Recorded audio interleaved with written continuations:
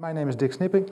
I work for the Dutch Public Broadcasting Corporation in the Netherlands, and we do a lot of streaming. So this is basically going to be a streaming talk and a talk about scaling your streaming environment.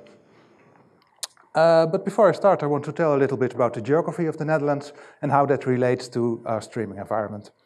Then the main bit of the talk will be about load balancing and how to optimize that. And when using an optimized load balancer, you can do so much more. And one example I'm going to go into is content protection using Lua. So just before the people who were here before, they heard about all these beautiful Lua flame graphs. I'm going to give some examples of how to use Lua in very simple setup. Finally, I will talk about some SSL optimizations, how to be more efficient in bringing your content to the network. And if there's time left, which I doubt, I will give some more Lua examples of how to write your own server status page in Lua, so you can have more information than the open source NGINX server status page has. So, the Netherlands. I think it's just 1 or 2 pixels on this map. It's a very small country. It's basically the area around Amsterdam, so that's about 200 miles long, 100 miles wide at most. So it's 44,000 kilometers squared or 16,000 miles squared. That's about the area of 2 smaller northeastern US states like Massachusetts and Connecticut. That's not even 1% of the USA land area. But it's quite densely populated. There are about 17 million inhabitants, and that's like cramming all of the people in Texas into a smaller state like West Virginia. And it's all flat. There are no mountains, so it's very easy to lay cables. So this means the high population density, very easy landscape. It's ideal for good internet connectivity. So in the Netherlands, about 98% of the households has broadband internet, and 4G coverage is also about 98%. So basically everybody has internet, everybody has fast internet, and it's also quite cheap. And looking at the Netherlands, Amsterdam is like the main internet hub. So what you need to do is you need to have presence in Amsterdam. There's a large internet hub called the AMSX, and you plug in your cables into that internet hub, and basically you're set. So it's much easier than in a real big country like the USA, where there are lots of internet hubs, etc. In the Netherlands, it's only one. You need to have internet connectivity there, and from there you can reach the entire country. What makes it even easier for us? There are basically only 2 large cable providers. So if you can make arrangements with them about placing your gear, you got about 90% of all the Dutch people covered. So basically, just place your gear in Amsterdam, and you're all set. So basically, it's simple for us. That's what I'm trying to tell you. Now, onto load balancing. Load balancing is easy, right? Everybody knows about load balancing. What you typically have is a load balancer, preferably a pair, a high availability, and all traffic upstream and downstream passes through the load balancer. And that's fine for most websites or APIs. So this is what a load balancer looks. Real simple. On top you see load balancer, and it balances the traffic across a number of nodes. So I said that's fine for most websites or APIs. However, it's not so good for streaming traffic. And why is that? Well, that's because the upstream traffic, so the traffic from the streaming server back to the client, is about 1,000 times the downstream traffic. So the downstream traffic is just, get me this clip. And the upstream traffic is the video clip itself, which is large, of course. And so the load balancer becomes a choke point when it has to handle a lot of traffic. Typically 10 gigabits, because typically your load balancer might be connected to the network using 10 gigabit cards. So our simple picture has a problem in it, because the traffic going to the load balancer, well, that's small, but the traffic going back, those are the orange arrows, they all go through the load balancer, and there it can saturate the network links of the load balancer, creating a problem on the load balancer. So, what can we do about that? Well, it happens that Linux has a nice approach, a nice solution for load balancing in these kinds of situations. It's called IPVS, that stands for IP Virtual Servers, DR, which stands for Direct Routing. And that's a Linux kernel module that acts as a load balancer.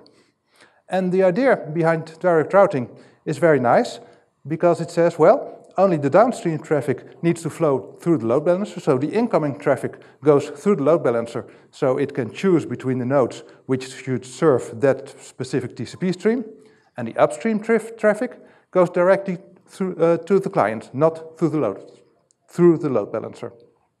How does it do that? Well, it uses all sorts of nasty tricks with MAC addresses and TCP addresses, and I'm not going into that because that's not the point of the talk right now, but it looks something like this. So the black arrows are still the incoming traffic, and you see I've drawn a switch right here because all servers are actually attached to a switch normally, and load balancer is also attached to the switch, and the load balancer learns the MAC addresses of the 3 or 4 or 5 worker nodes, and it can rewrite the TCP packets so that they enter at the designated server node, and then the return traffic can go directly through the switch back to the client.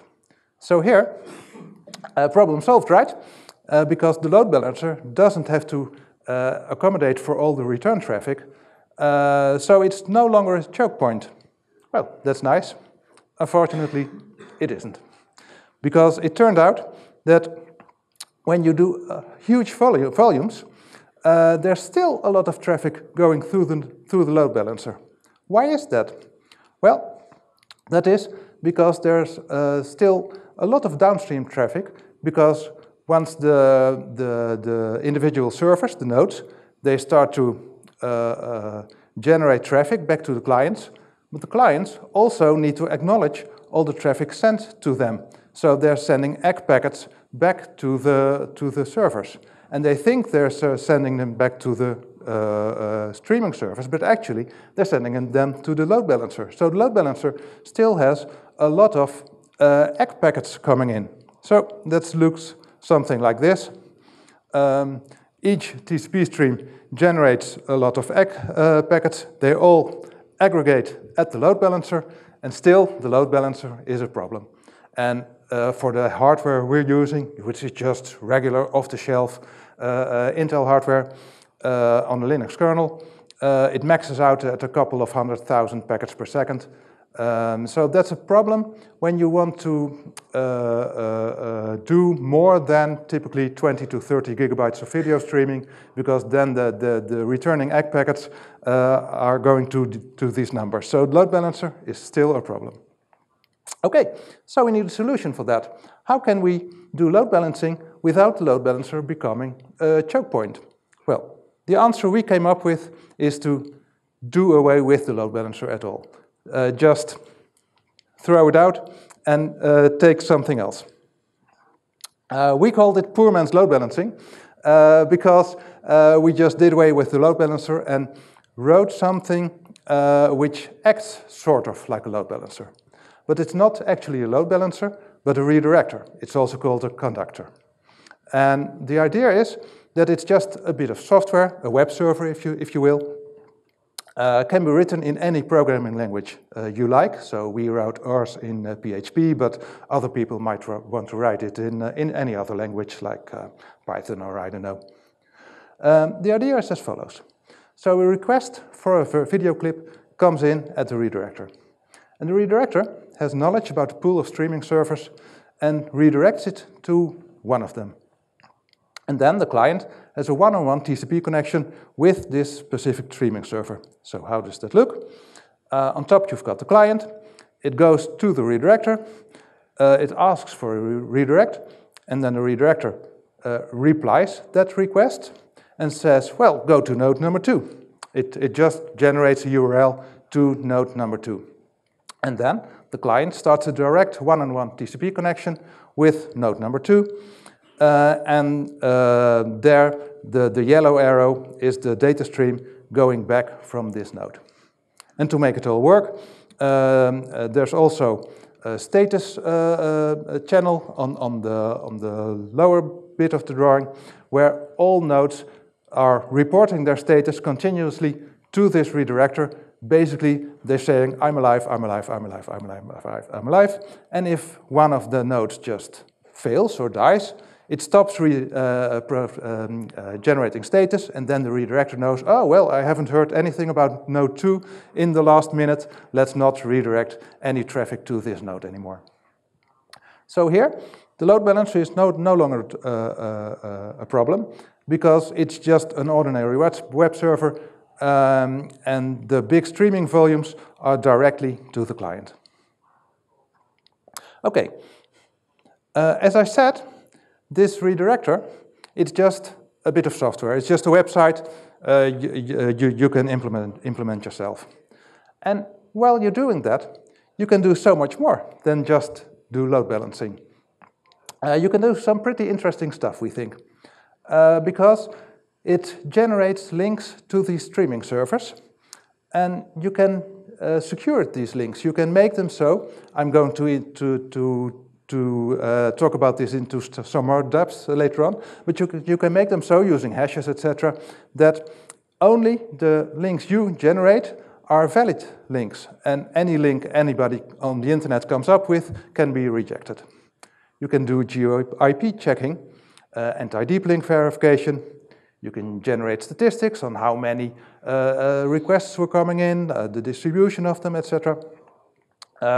Because of this status reporting, you know which web servers are up, which ones are down, and if you on the web servers you say I'm up or I'm down, you can also generate statistics about I'm serving this many requests, I'm doing 8 gigabit, I'm doing 10 gigabits, stuff like that. So the load balancer can know more about the streaming servers.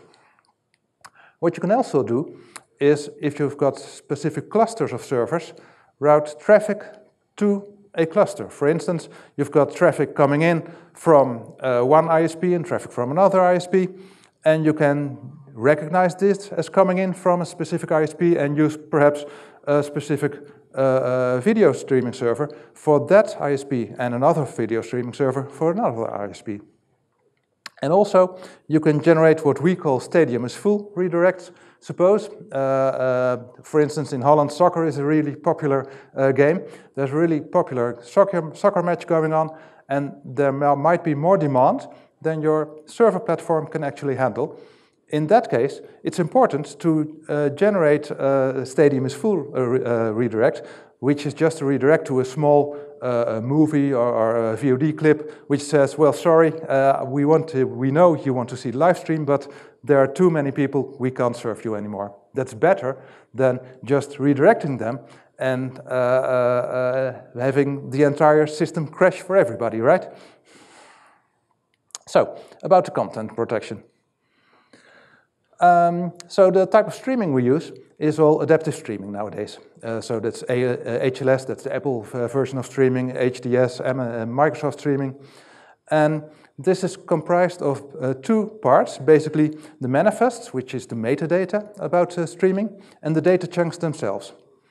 And what happens is, in this direct TCP stream I was talking about, a client does not do one TCP request, but it does a lot. It starts by getting the metadata, and that says, well, we've got the video streams in these bit rates, and then it can ask for the specific data chunks, which are just video chunks of about 5 seconds in length. So one client does a lot of HTTP requests, basically one for the metadata, and then hundreds or thousands for the video data. So if we want to protect our content, it's not enough to just protect the metadata. You want to protect all the data. So you want each and every request to your video streaming server to be protected. How do you do that? Well, the solution we came up with is to generate unique redirects to the streaming server. So a request comes in at the redirector generates one specifically for you that only you can use.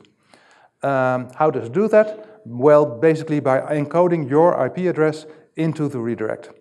So it creates a token in which your IP address is encoded together with a shared secret, and then other processes cannot generate these types of links, and so other people cannot break into your streams. But if the redirector generates these private tokens, the streaming servers have to check them for validity, right? So a streaming server cannot just trust the token to be correct. It has to check the token if it's correct. And this is where Lua comes in. People who saw the previous talk, which was given by the Lua creator, we are using a bit of Lua here. It's very easy to run custom Lua code in NGINX. And also, it's very easy to write the Lua code to do the checking. So what we do is a token based on a shared secret between the redirector and the streaming server. And it works something like this. So this is the redirector part of it, which in our case was written in PHP. So there's a function called makeToken, and people request a certain clip. They originate from a certain IP, and there's a shared secret between the redirector and the streaming servers, which is just any string, and is just a configuration item. And we just smoosh it all together and make an MD5 hash out of it to generate a token. Now, the more critical people among you might say, MD5, that's not good, because MD5 is broken, basically. Well, you're right. There are better hashes available, but the thing is that we have to create the token in PHP, and we have to check the token in Lua. So we need a function which is available both in PHP and in Lua. And unfortunately, better hashing algorithms are not easily available in either one or the other language. So we settle at the moment for MD5, and maybe we can patch in some code to do better hashing later on. So you've got this token, now we need to redirect.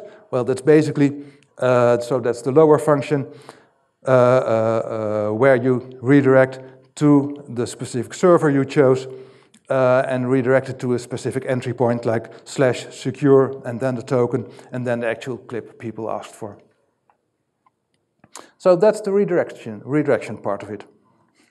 Now, the validate function, which is written in Lua, which runs on the streaming servers.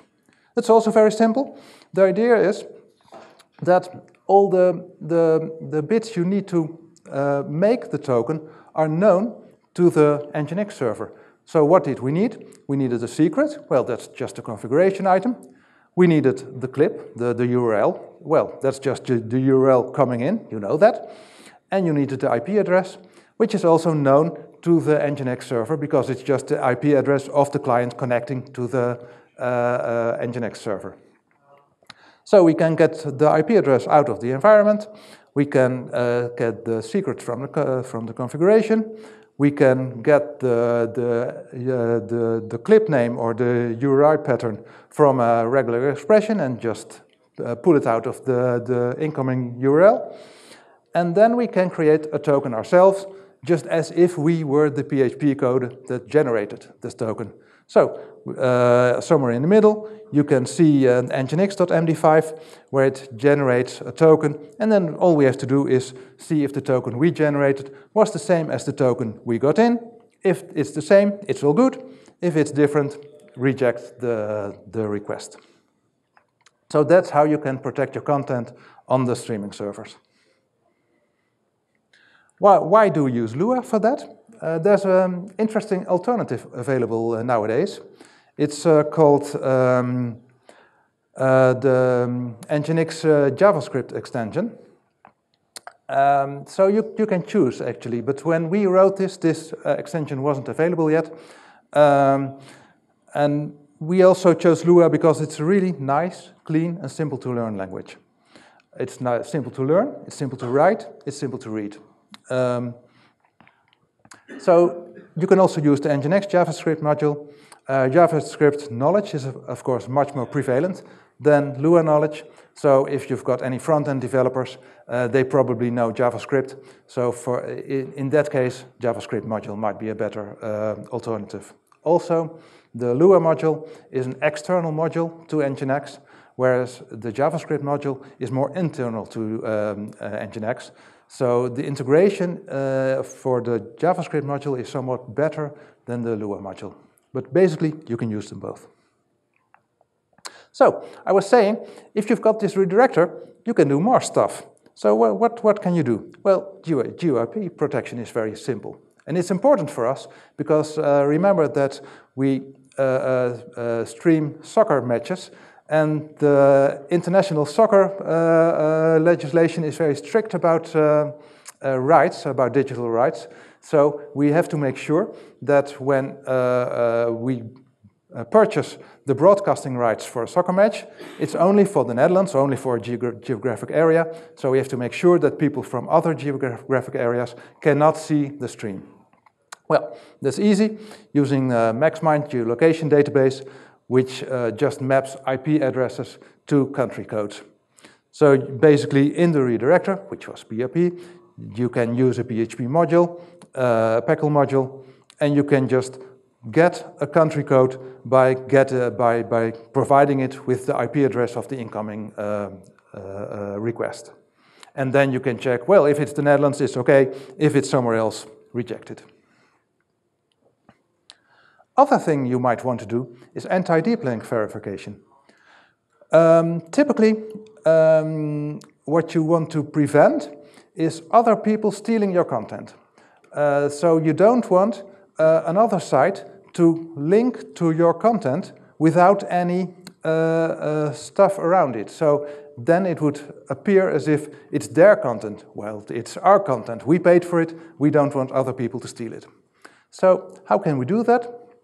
Well, the idea is very much the same as the previous idea with the redirection and the safe redirection. Basically, you create protected URLs, but this time not between the redirector and the streaming server, but this time between the website, which wants to show the streaming content, and the redirector. So the website generates a secured URL, and the redirector checks for the validity of this URL. And basically it's the same, but this time we chose to use timecodes instead of IP address as the basis of our checking. So the website can generate a URL with the timecode encoded into it, and also give the timecode into the URL, and then the redirector can see, oh well, this specific URL was generated at this specific timecode. Is that not too long ago? Typically 1 minute or 5 minutes.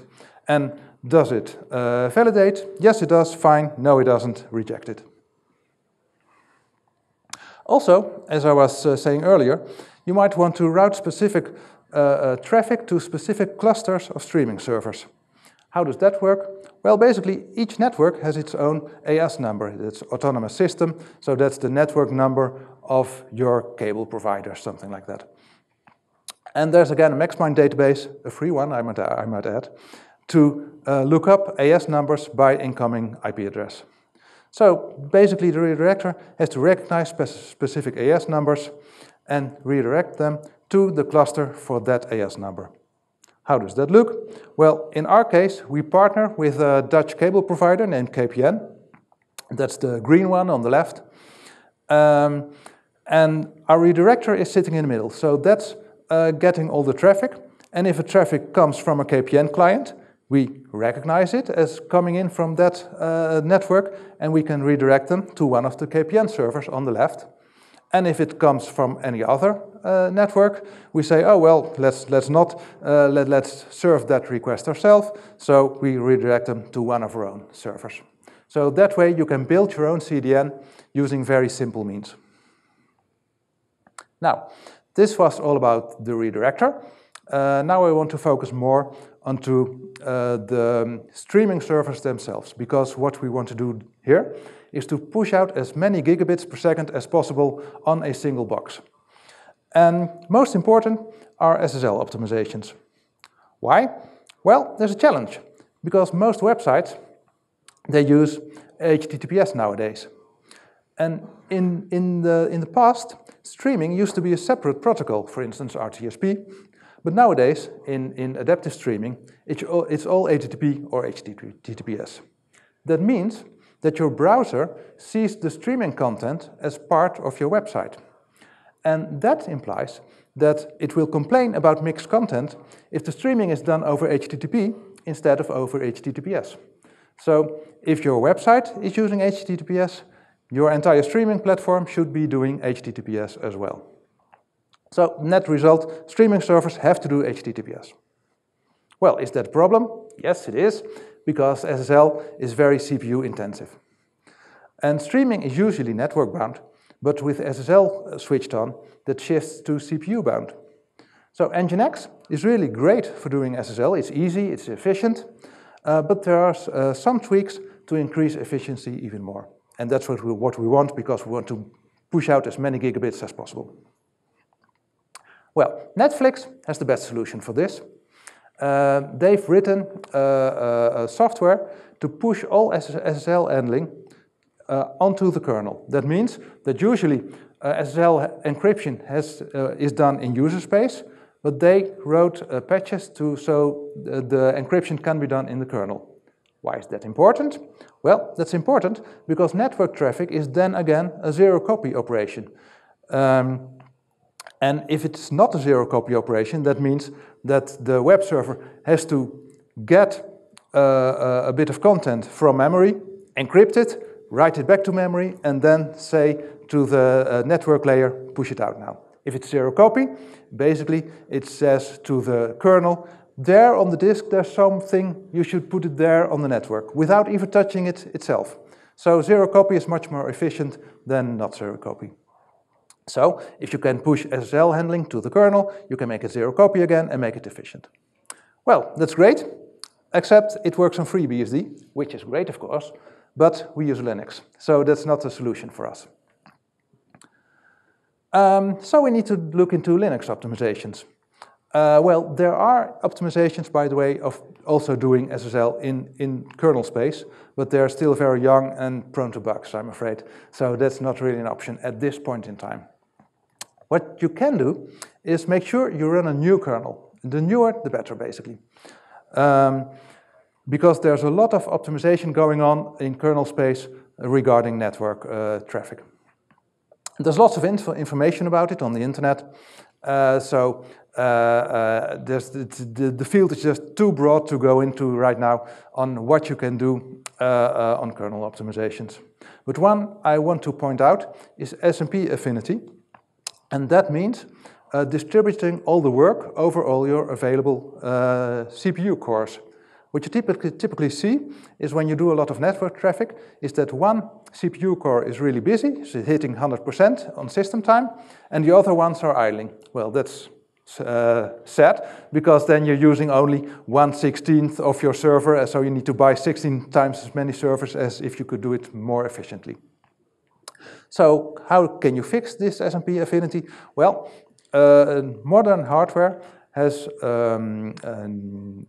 different queues which you can attach to different CPU cores. So a modern network interface typically has a number of queues, and using SMP affinity you can say, well, this queue should attach to core number 1, this one to core number 2, etc. And this way you can spread the network traffic out over all your CPUs and have them all be spinning at 99% is basically what you want. Unfortunately, if you're using older hardware, the older network interfaces don't have as many CPU cores. But there's something called receive packet steering, which is the software equivalent of SMP affinity. So basically, there the kernel does the spreading of the incoming traffic over the available CPUs, over the available CPU cores. So that also works on older hardware. One last thing about network optimization is something named Codel. So these streaming servers, they are pushing out lots of data. And they're pushing it out in as big packets as possible. But the thing is that imagine you're on a highway with all trucks going on the highway. The trucks are the big packets, right? But it would be nice if smaller packets could go past the trucks.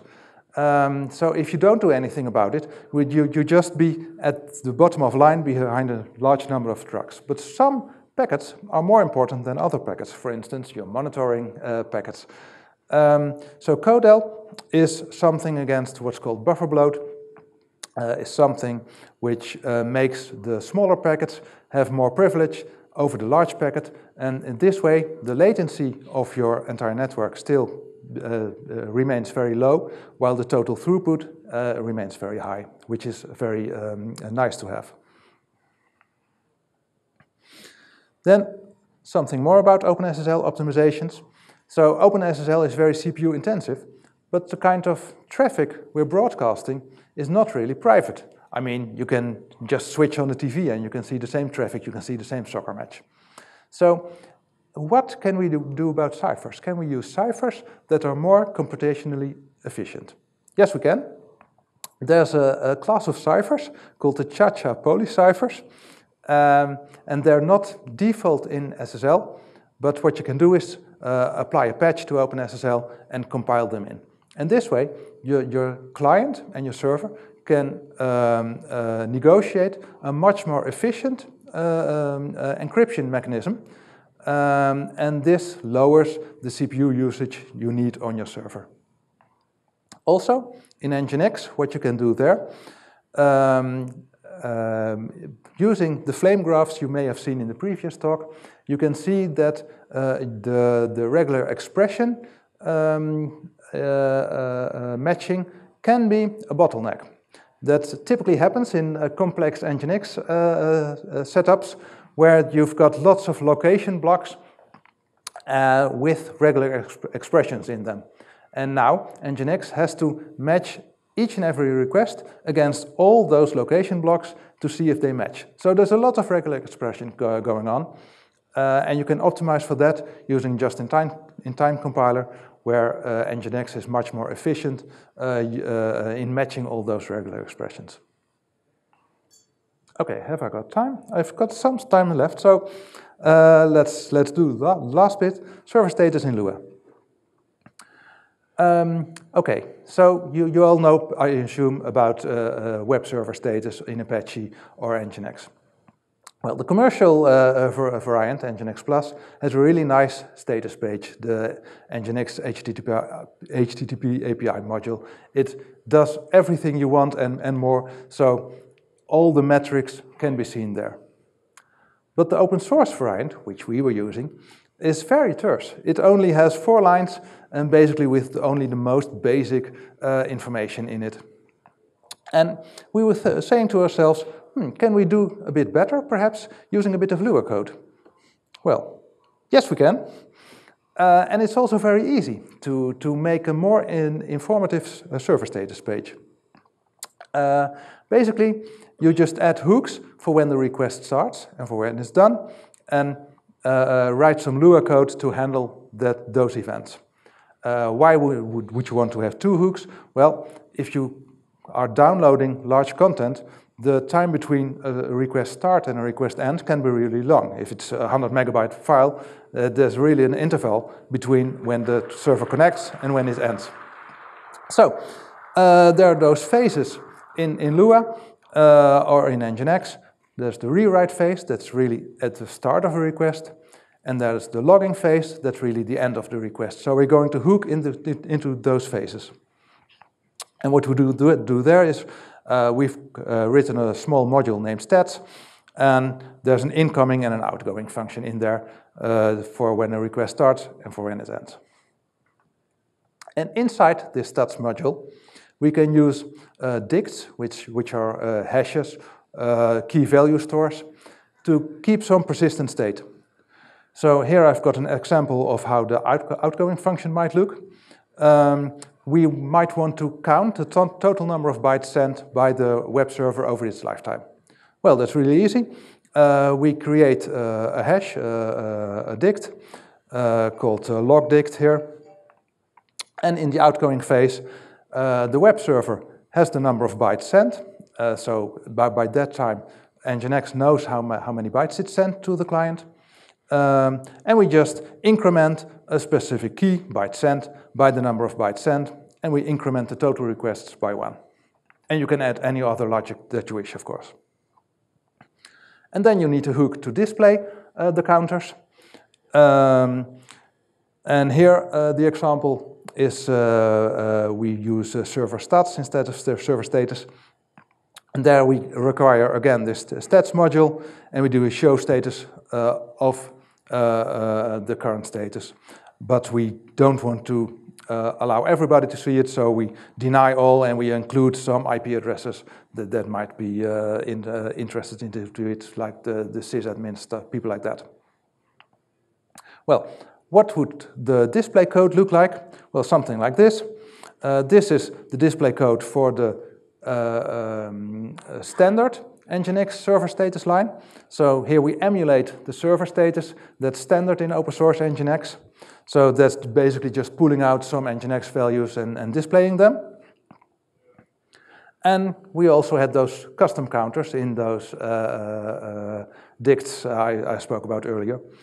And somewhere in the middle you can see the byte sent where it gets a value from this key value store. And what does that look like? Well, something like this. So the top 4 lines are the emulation of the normal NGINX server status page. The middle lines are the additional stuff, and then the lower lines are an emulation of the other things you might be interested in. For instance, we are interested in how many megabytes per second is this server currently pumping out. So another web server called Lighty has really nice server status page where it displays that, and we wanted to have that as well. So we added some more logic to keep running displays, running averages, and we just displayed them here. So here you can see this web server in the last 5 seconds. It sent out 270 megabytes, which is about 45 megabytes per second. And the last minute, it was a bit less, and over the last day, it was 15.78 megabytes per second on average. So these are some really simple Lua functions you can use to get some more interesting server status pages. So that's it. I don't know if there's time for questions still.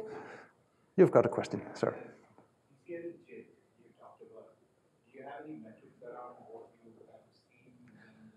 Yes, but let's see. So the question is, this PCRI JIT I talked about, do we have any metrics about how many % it is on CPU usage? It depends very much on your NGINX setup. I think in our case, it was about 10% gain. Any other questions? Yes? With the redirects, were they sticky, or did you send a request every widespread metadata request? Did that go through the redirects? So the question is, are the redirects sticky or not? In our case, they are sticky because we also generate session IDs. And we encode the session IDs as well in the redirected URL. So if a client gets redirected back to the redirector, it has a session ID, and we can use that session ID to redirect again to the same streaming server. Any other questions? Yes? What was actually making the manifest files? Was that the streaming server, or? In our case, we use the question is, what is making those manifest files? Time's over. I just answered the last question and then I'm done. The question is, what's making the manifest files? In our case, it's the streaming server. We use a module for that called Unified Streaming.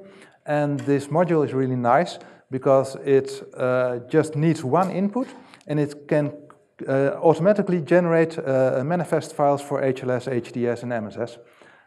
So that just generates them on the spot. Okay. Thank you, Maria, very much.